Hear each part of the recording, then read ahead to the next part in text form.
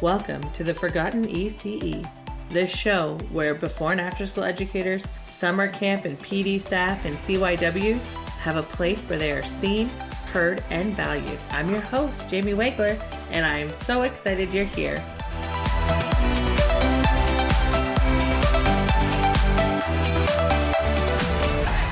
Hello and welcome to the Forgotten ECE. And oh my goodness, I'm so glad you're here because with me today, I have Megan Dorsers, RECE, in here, Stratford, with me. Not with me, but in Stratford with me. So Megan is an early childhood educator, author, and creator whose passion for play-based learning has shaped both her professional career and her creative ventures. Based in Canada, Ontario, Megan has spent over 13 years inspiring young minds through hands-on exploration, curiosity, and connection, values that flow naturally into every part of her work. Drawing inspiration from her own family, Megan's debut children's book, Tony's Train, which is great, invites readers into the world of a thoughtful little boy whose love of trains helps him make sense of the world around him. The story was written to foster understanding, empathy, and acceptance of busy minds, celebrating the unique ways children see and process their surroundings. Through Tony's Train, Megan hopes to remind families and educators alike that every way of thinking is valuable and that kindness and patience can help every child stay on track. Beyond writing, Megan is the founder of Discovery and Play, a YouTube channel and educational brand that brings her early learning philosophy to life. Through simple, sensory-rich learning activities, she empowers parents and educators to transform everyday moments into opportunities for creativity, confidence, and connection. Her channel reflects her belief that play is not just an activity, but a language through which children learn best. Megan continues to balance her roles as an educator, creator, and mom to her two young children who remain her greatest inspiration. Whether she's designing a sensory bin, recording a video, or drafting her next story, her goal is always the same: to spark curiosity and celebrate the joy of learning through play. Megan, I am so happy, I cannot say it enough, that you are here today. Thank you so much for joining the podcast. Thank you for having me. I was very excited when you asked me. I've never done anything like this before, so I was really excited to try something new. Megan and I go way back. It's been years, I guess. Like, we worked at a center together, and then we found each other again in town. We crossed paths. I got to teach her son for a little bit. Like, life has brought us together. Yes. Small world. Really, honestly, that's what it is. So, for educators who aren't lucky like me and haven't met you, how do you describe the work you do, and what has shaped your passion for supporting children and families living with a disability?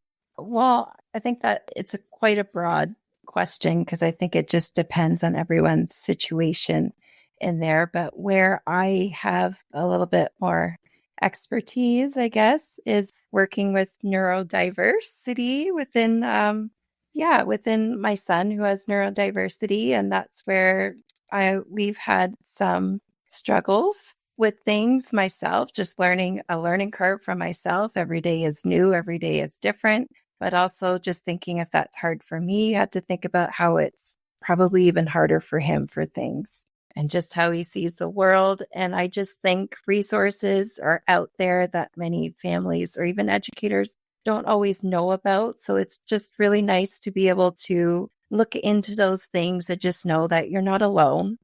And there's different things that work for different people. And I personally that's why I kind of liked my YouTube channel, because it does a lot of the things I do or what my son likes to do to get that self-regulation in his day, that sensory input that he needs for certain things. So that's what I've really liked about that. But I think challenging that way is just always ask questions. If you're not sure about something, keep a communication with, if your children are within an education system, those educators, they know what they're doing. For the most part, if they don't, they will find a way. They will find a way with what will work and work with your child or children, whatever the situation is. So don't be afraid to ask questions if you're not sure, is the biggest thing that I have found for myself with my son. Oh, that's amazing. And I value that so much because you come into this game with a unique perspective.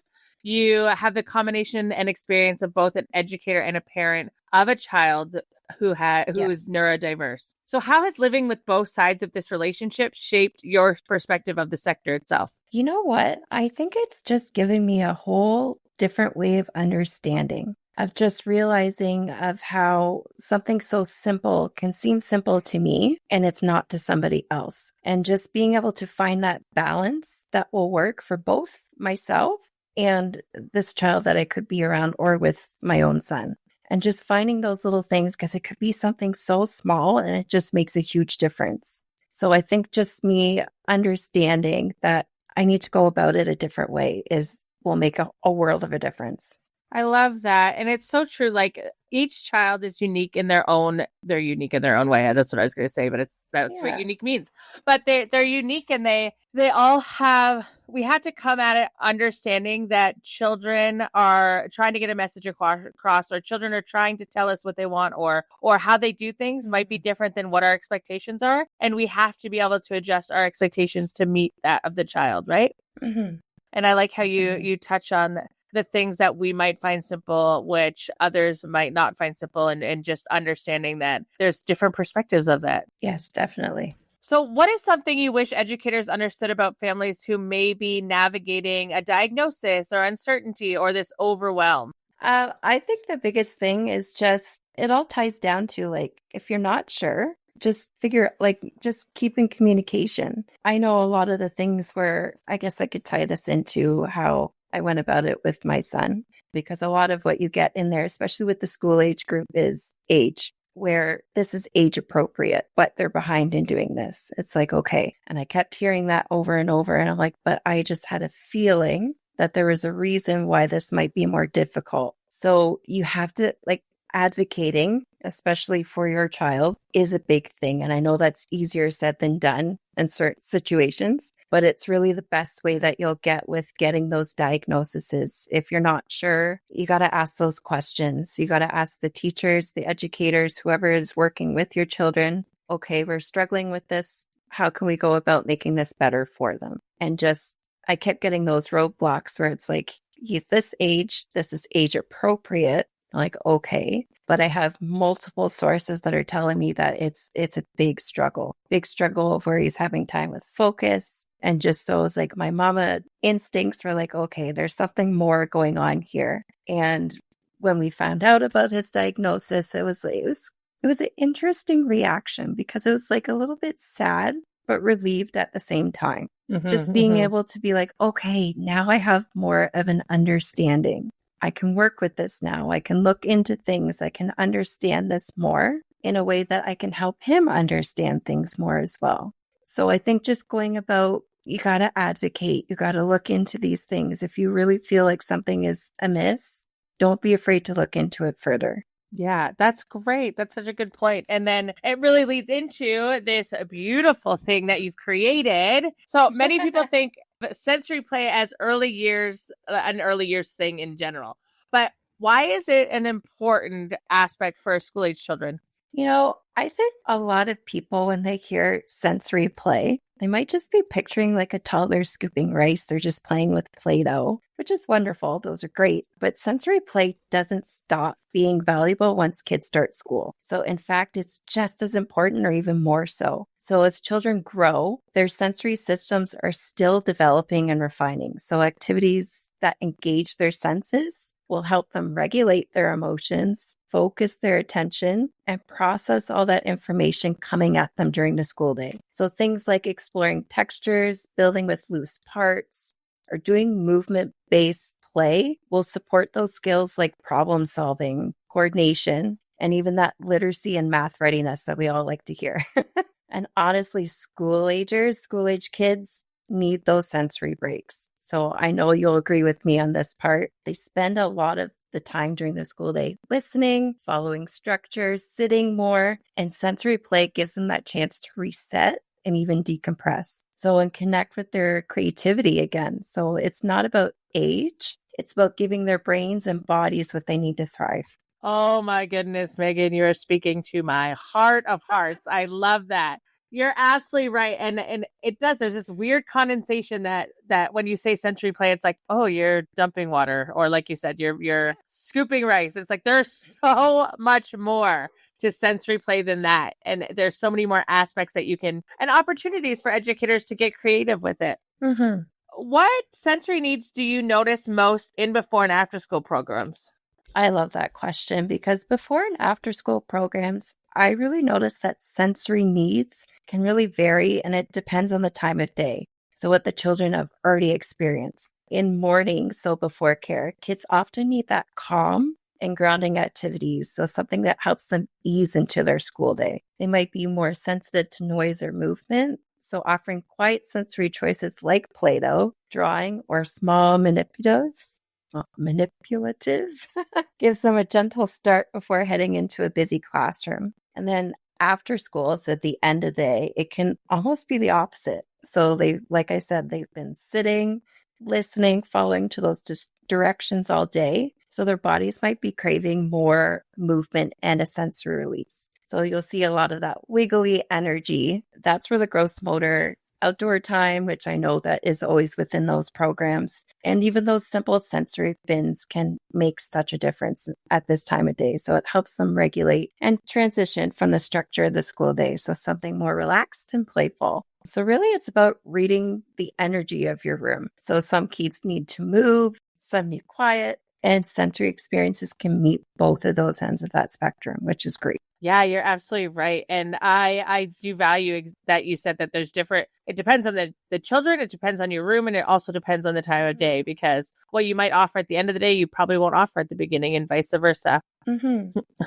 How does the school day impact children's regulation? I know we touched on self-regulation a little bit, but by the time they arrive to after school, what kind of impact does that school day have on them? Well, from what I've seen, like by the time children arrive and before or after school care, they've already experienced a lot of sensory and emotional input throughout their day. So, and that really impacts how regulated they are when they walk through the door. So during the school day, it ties into this a lot, but they're sitting all day, well, not all day, but they're listening, waiting their turn, following more direction. So there isn't always much space for movement or that sensory exploration or that downtime. So that can leave some children overstimulated. This is where children with neurodiversity needs probably have a harder time. So while others can also be understimulated and restless. Mm-hmm. So when they come into our care, we often see that they're either running on empty or they're overflowing with energy. So some need to move their bodies and release that tension, while others need quiet time to rest and feel grounded again. So that's why having a mix of sensory experiences like outdoor play, calming bins, calming areas, or open-ended materials can just make such a huge difference in the school age program. It helps them where they're at and gives their brains and bodies a chance to regulate before heading home or into the classroom. Yes, it's really, there's two sides of this, and we get everything in the beautiful before and after school program. Gosh, like there's just so much. I know you touch on like the sitting aspect of school and stuff, and I complain about that a lot in this podcast. I know. It's so true. Like this just gives them that next level of using their mind and using their body and using those things that they don't always get to use throughout the school day. How can sensory tools or activities help children transition from the school mode to play mode or back again? Is there a way that you can make that transition easier? I know we touched on it in the one question, but just to dive a little bit deeper. That transition time from school mode to play mode is where it can be tricky for a lot of kids. Their brains are still in that structured mode, cerebral following mindset. So suddenly they're expected to switch gears and almost relax. So sensory tools and activities are such a great bridge between those two worlds. So for an example, I guess you could say is water play can help them release that built up energy, reset their nervous system after a long day. Those tactile and perceptive experiences just sends those calming messages to their brain and that it's okay to unwind. But on the flip side, though, when it's time to go back into school mode, those sensory tools can help them refocus them. So things like deep pressure activities, that's a good one. Breathing exercises, which I know they also learn within the classroom as well. Or fidget tools. I love fidget toys, honestly. I like playing with them. And it just kind of signals them to let them know it's okay to shift gears. It's not just about the tools themselves, though. It's about how we use them. So sensory play gives children a sense of control of themselves and their bodies, their emotions, which make transitions smoother and more positive for everyone. Absolutely. Yeah. And I also love fidgets. I usually have a fidget on me, especially when I'm doing interviews or, oh my goodness, sitting. I work, Megan knows, but in case listeners don't know, I work as a supervisor full time. And oh my gosh, sitting at that desk is hard. Right? I need to move. Yeah. No, absolutely. And there's such a beauty in the decompressing, the coming into school and then the decompressing after school. Can you touch on your go-to strategies to help children decompress after school? So I know I've said the word a lot, but I try to think about it less as activities and more as creating the right atmosphere for them to decompress. So sometimes that means quiet, sensory-rich options like Play-Doh, kinetic sand. I love kinetic sand. Or drawing things that let their hands stay busy while their minds slow down. So other times, movement is a thing. So you can almost see the stress just melt away once they give that physical release. But I think one of my favorite go-tos is I love water play. Honestly, water play works for any age. And you can make it different needs, obviously, based on the age. And I just find like everybody is able to dive into water play. I know a lot of people like to get their hands messy and like sand and stuff, but I feel like any kid that I know that I've worked with, they all love water play.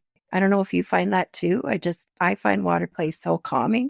Yes, it's a mess, but it can be cleaned up. It's not sticky. It can be mopped up. It's perfect. You're absolutely right. And there's no kid, when you take the lid off and you fill the water table up with water, there is no child that is not coming over to that. Yeah. For anyone who's not following Megan, and I'll give you all her details after too, but Megan has a great Instagram page around discovery and play and shares incredible sensory activities that she does. And they honestly, they excite me every time I see them and give me such great ideas. But yeah, like the level that you put into it is so amazing. How can educators model or guide self-regulation without turning it into another task? So I like how the last thing you said was you say it's not really an activity, it's about the atmosphere that you're creating. So thinking about that, how can we make it that it's not a task for children when we're doing this sensory play or this self-regulation? How can we really make it so that it's just a part of the program? Self-regulation, what I have found is it isn't something that you can really teach overall. It's not like a worksheet or a checklist. It's something children learn through experience. So especially by watching the adults around them, that's a big thing. So as an educator, one of the best things I feel we could do is model what self-regulation looks like and feels like in real time. We are human. It happens, but how you correct it as well, or how you go about it, that is such key and great ways for children to see and to understand, like, hey, it's okay to make a mistake. Like, how do I go about it? I need a second to calm my body before I answer that. Something like that. When kids see that, it just gives them permission to pause too. We can also guide regulation, though. That's the difference. You can guide it by setting up environments to support it. So cozy quarters, sensory tools, calming lighting. Calming lighting is one of my favorites as well. I didn't realize I really needed it until a long time, but it makes a huge difference. And by helping children notice what their bodies are telling them as well.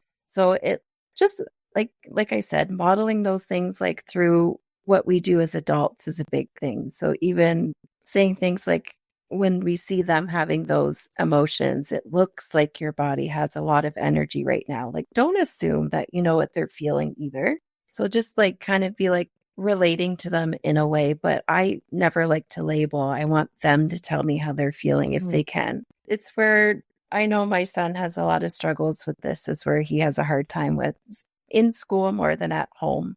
Just being able to be comfortable is a big thing too, like being able to express themselves. But yeah, Or just asking them things like, do you need to take a break? Do you want to jump around? Do you want to listen to music for a few minutes? Just something like that.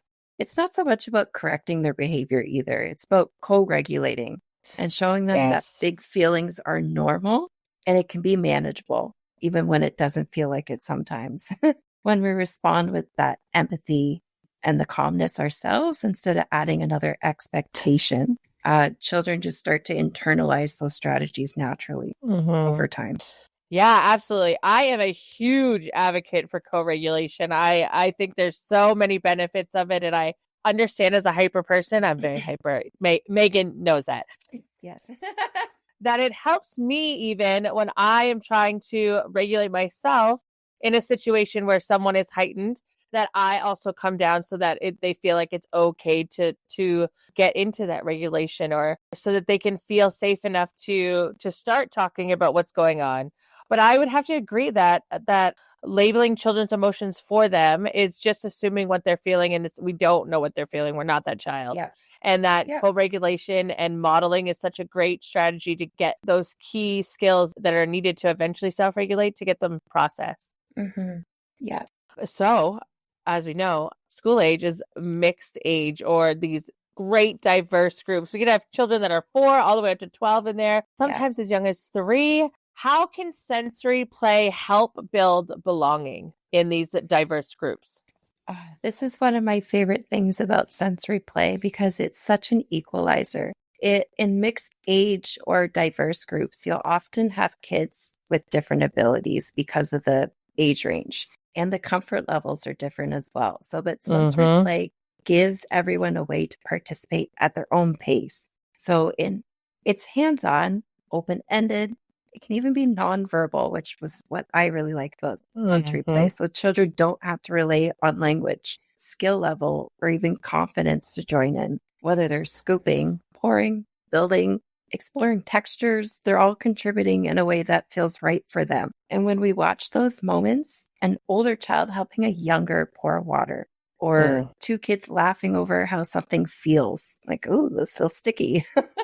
Or maybe it stinks to somebody, right? Like you can see belonging forming in real time. So it creates shared experiences where everyone feels valued and connected. And we get to watch those moments. And sensory play just naturally invites cooperation and understanding. And it reminds kids that there's no right way to play, which is such a powerful message in diverse learning spaces. Yeah, absolutely. And it provides these opportunities for this belonging to happen so naturally. There's no setting it up. It just occurs, right? In terms of inclusivity, what inclusive setups or materials work well, in your opinion, with the busy school age environment? So in busy school age programs, I found that inclusivity really starts again with how the environment is set up. So like I mentioned before, the goal is to make materials accessible and flexible so every child can find a way to engage themselves. I think in terms of open-ended, low-pressure materials, so things like loose parts, Play-Doh, water tables, or building materials that don't have a right or wrong outcome.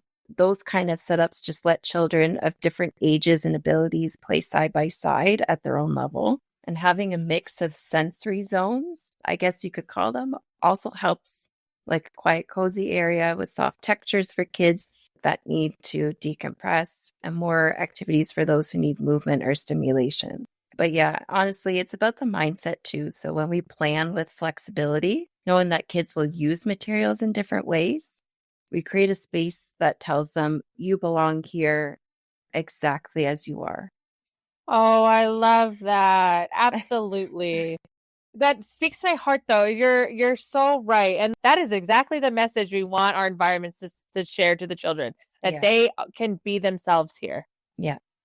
That's what I strive to do. And I love that. And I think it's just something that needs to be in any program, to be honest, not just before and after school programs, but definitely with the mixed age groups as well.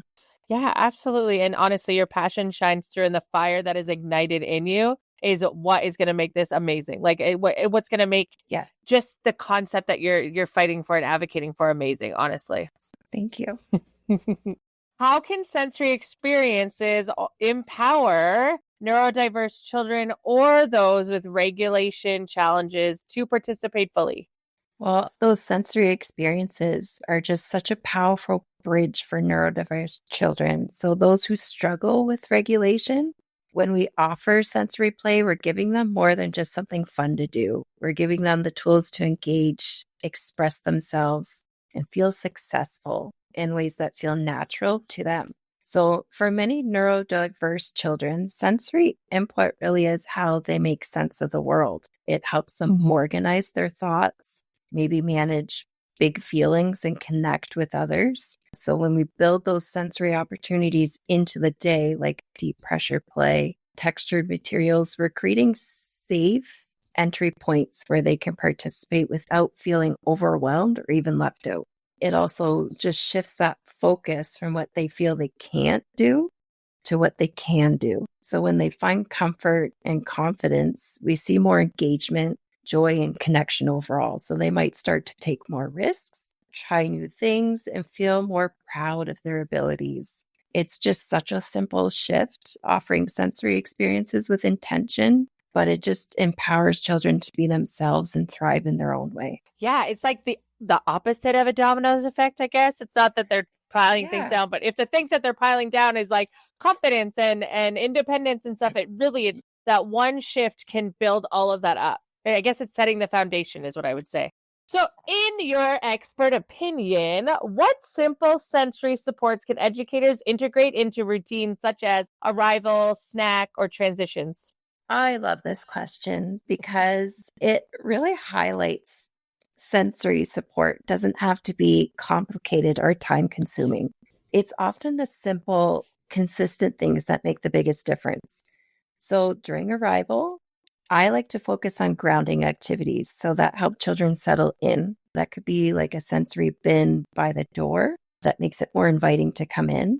A calm table activity like Play-Doh or beads, or even something movement-based like wall pushes or stretching. It gives them a moment to regulate and transition from home to school mode. For snack time, sensory support can look a little like dimmer lighting, soft background music, or just giving space for quiet conversation. So helping the environment feel calm and predictable. I know what I've liked to do.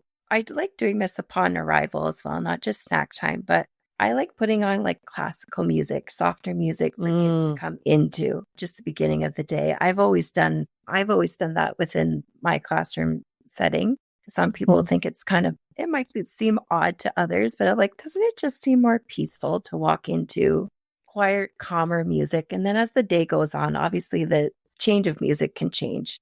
But just for transition though, like sensory cues are wonderful, using like a soft chime or a breathing exercise or even a movement break between activities. So those little routines send a signal to their brains that change is coming and that it's okay. This is safe. Like change is good here.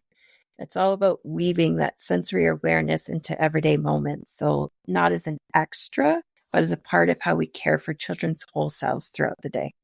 Yes. Oh my goodness. I love how you touched on so many sensory aspects, because when we start talking about sensory, some people literally, we talked about at the beginning, but just think of that, the hands-on sensory stuff, not the dim lights, not the music, not the textures and stuff. I love playing different music with their kids. So I have to agree with you on that. Classical music, jazz music, anything that is different than what they might be hearing at home. And also that sets the mood, that sets that tone for the day. What are your favorite sensory go-tos as an educator and a mom? Oh, I love this question. Sensory play is such a big part of my home life, along with I try to make it a big thing in my class, like when I'm in the classroom as well. So as an educator, my go-tos are always simple, open-ended materials. So Play-Doh, water, loose parts, things that invite creativity and calm. There's such great tools for shifting the energy and giving kids a sense of control after a structured day. And as a mom, it's really close to my heart, like I said, because of my son is neurodiverse. So sensory play has been such a powerful way to support him in the areas that don't always come easily for him. So it helps learning feel fun, hands-on, and natural and not like another lesson he has to go through in a day. So for him, trains, water play, and building is where he shines. So I use those interests to teach problem solving, fine motor skills, and early math all through play. It's amazing how sensory play removes that pressure and lets him connect with learning in a way that feels joyful and authentic. And my daughter as well. I feel like I don't want to miss on her here, but it just gives her a way to jump right into. So she's all about textures and messy play.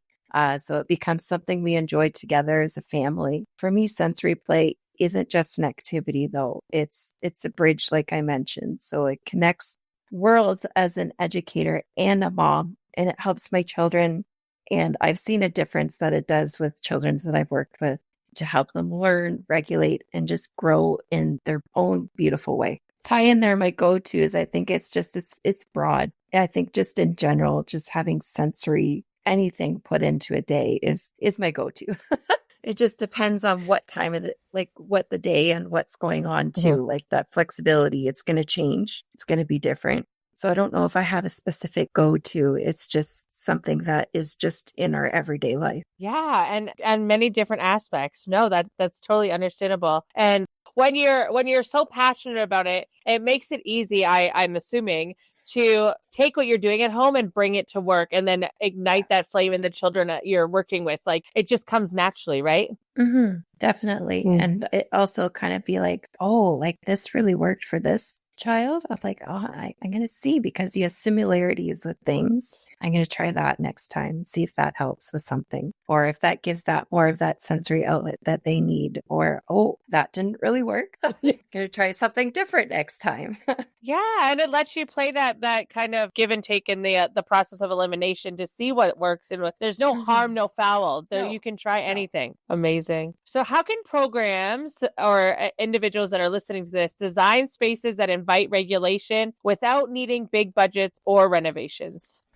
See, this is such an important question because creating spaces that support regulation doesn't have to mean a huge renovation or expensive equipment, in my opinion. So it's really about intention more than anything else. You can just do so much by being thoughtful about things like lighting, sound, and just the flow of your room. So for an example, using softer lighting, natural tones within your classroom, or even fabric to soften a noisy area can make a big difference. And those are things that you can do on your own. It doesn't require huge equipment to do that. So creating cozy corners with pillows, blankets, or a small tent. Every kid likes a tent.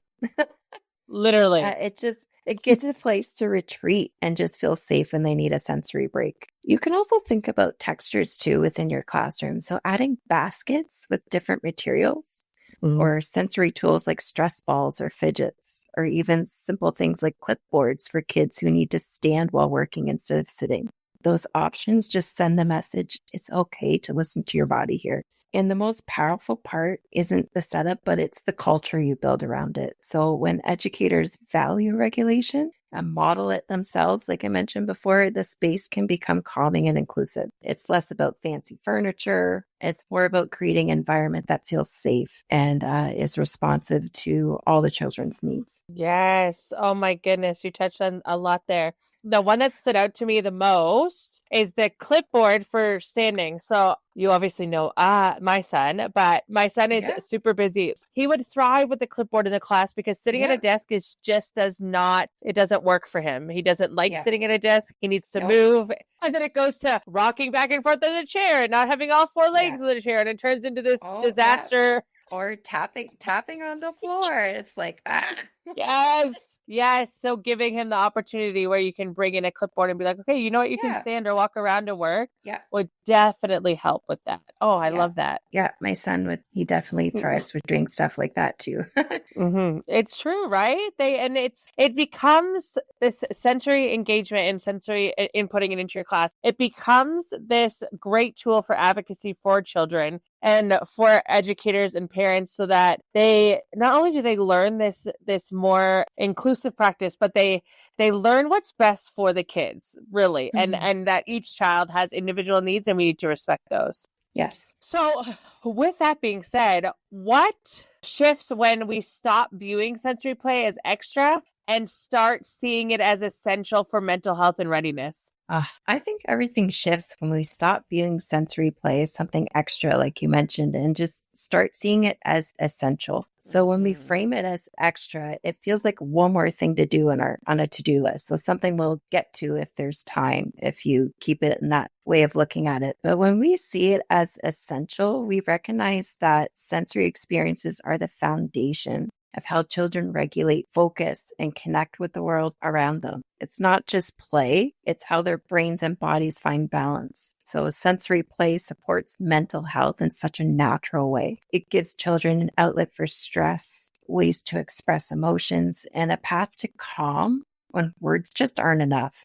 So especially with neurodiverse children who struggle with regulation, it's not optional, it's vital. Sorry. It just gets me a little emotional because That's okay. For my son has been, and it took a bit of a pathway to really understand that. And when we embrace sensory play as a part of everyday learning, we see kids who are happier, more focused, and more confident in themselves. And it creates classrooms and homes where children feel safe to be themselves. And that's really what readiness is all about. Yeah. And no, that is moving. And how you said it is moving, because we don't teach at children. We teach children. And those environments create so much to set up our children for success. Sorry, I'm going backwards, but what's one sensory activity that constantly brings the group together? I know we touched on water, so I wasn't sure if that's what you were going to say or if you had something else. No, I think like water play is one of those things. Just what I love most about it, though, is just it naturally builds connection. So there's no competition. There's no right way to do it, just shared curiosity and discovery. Even when you bring in simple materials like cups, funnels, sponges, toy boats, you can see teamwork and creativity unfold without having to prompt it. So again, definitely water play. Yeah, and there's so much you can do with water play, like bring in your marble mazes into the water. And what were you going to say? Change the what? I was going to say changing the color of the water. Literally, if people have not tried this, changing the color adds a whole aspect to it. And I like stating this because somebody said it to me once, an educator that I worked with. Those markers that don't get the lids put on them, keep them. You can use them to color your water naturally way. And honestly, if it gets on the clothes, comes off a lot easier than food coloring. And there are a lot of kids that are sensitive to food coloring as well. So you have to be careful with that as well when coloring your water. But markers, the lids, keep them in a bag. They're also good for in the snow as well for coloring. So keep those markers. They're not useless. You can only use them a few times after that. But I love when you can reuse a material and it makes a big difference for water play for sure. Yes. I'm so glad you said that, because putting markers in the water is one of my favorite things to do. And we collect them, and you can either collect all the red markers after a little while and then make the water red, or you could put multiple colors in and then make the water black or brown or whatever. And the kids love it. Yeah. We also use markers in our Play-Doh. If we make white Play-Doh, we use those dead markers in the Play-Doh. Yes. My daughter's daycare just did that with her. And I was like, I have not done that before either. So much fun. So I just have 2 more questions for you. How can school-age educators advocate for sensory-informed practice within their programs? So I think the biggest way school-age educators can advocate for sensory-informed practice is by helping others see what we see. That sensory play isn't always just messy fun. It's meaningful learning. So it starts with those small conversations. When you notice a child regulates better after some movement or calm Play-Doh time, share that observation with your team and their families. So I've noticed when we give them those sensory breaks, they come back more focused and settled. That's data, and it's powerful advocacy. So you can also integrate sensory elements into existing routines instead of adding more work. So maybe it's more flexible seating, calming lighting, or short movement breaks between activities. So when we show how sensory awareness can fit naturally into what we already do, it just becomes easier for others to buy in it. But most importantly, we model it. When educators stay calm, use those sensory tools themselves, you treat regulation as a part of learning, and it just sets a tone that others just want to follow. But advocacy doesn't always have to be a big or formal for what I like, in my opinion. So those small, consistent moments of showing that sensory informed practice helps every child, but it makes our programs more inclusive, compassionate, and overall effective. Yeah, exactly. Okay, first of all, in my community too. And if we both agree, we're obviously right. And advocacy doesn't have to be big. It can be as simple as when you dim the lights or when you add more sensory aspects. You know what? Omar usually has a really hard time getting in, but today I put on some soft music and that seemed to help. And then that way you're advocating for families to make their home inclusive too. Yeah. And then another big one, I don't know why I haven't mentioned it before, but noise reduction.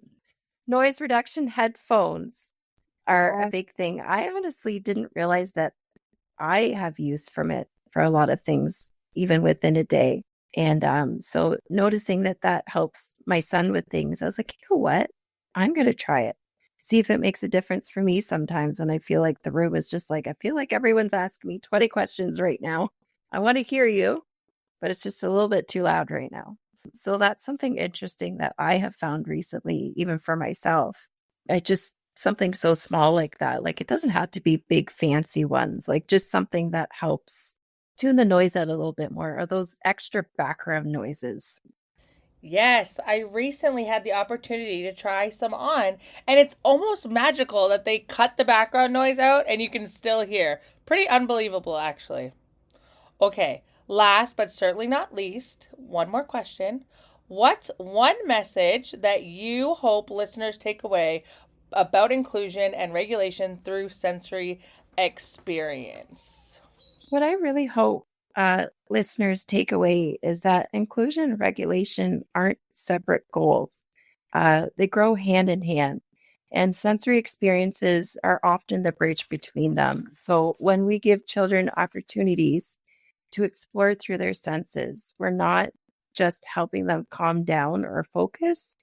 We're telling them that their way of experiencing the world is valid and valued. So, for neurodiverse children, especially, sensory play is that difference between feeling overwhelmed and feeling seen.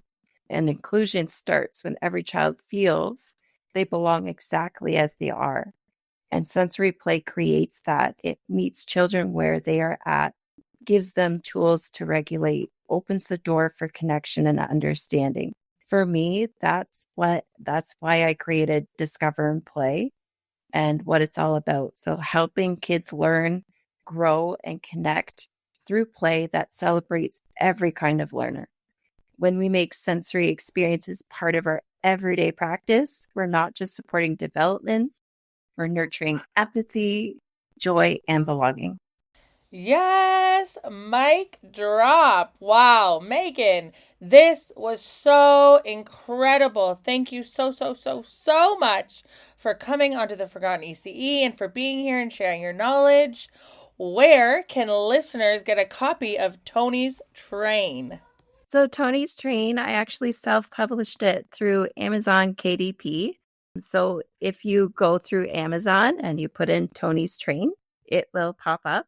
And I love hearing that anyone is looking into a book that just kind of sees through a child's point of view of what neurodiversity can look like within a classroom, at home, and how a supportive adult can just make a hugest difference. But also the struggles they overcome and how implementing those things can just really help them grow as a person as well. So yes, Amazon KDP. I do want to mention one thing. I'm not a huge techie person just yet. I'm learning curve. So if you do want to find Discover and Play, it's a YouTube channel. I do have a bit on Instagram, but I find YouTube channel is a bit better just because I can do longer videos than getting cut off at that 60 seconds, which is super annoying. So, but yes, so I would go for, if you are interested in Discover and Play, it is with my YouTube channel. Yes, thank you. And all of that wonderful information is in the show notes. So when you're done listening, zip on over and go check out Megan on YouTube. She did say she had an Instagram, but check out YouTube. Yeah. So I think it was just how I started it. And I was like, I like the YouTube route a little bit easier. So I would, go towards the YouTube channel and I'll figure out the Instagram later. Yes, and your YouTube videos are phenomenal. Oh, thank you. They give you such a great plethora of ideas to incorporate in your classroom or your in-home childcare. So thank you, thank you, thank you, and check them out because they really, truly are great. Thank you. Thank you for having me. Amazing. Thank you, Megan, again. And one last time, if you want to find Megan, and you do, go check out her YouTube channel, Discover and Play.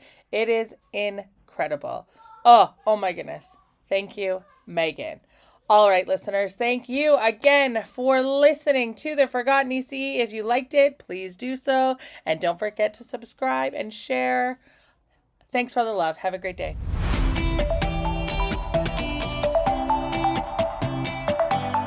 Thank you, amazing listeners, for your support. Don't forget to follow me on Instagram at MissJamie_RECE. Give a star rating and leave a review. Have something you want to hear about in relation to before and after school programs or full day summer camp? DM me or comment. Again, thank you so much and happy learning.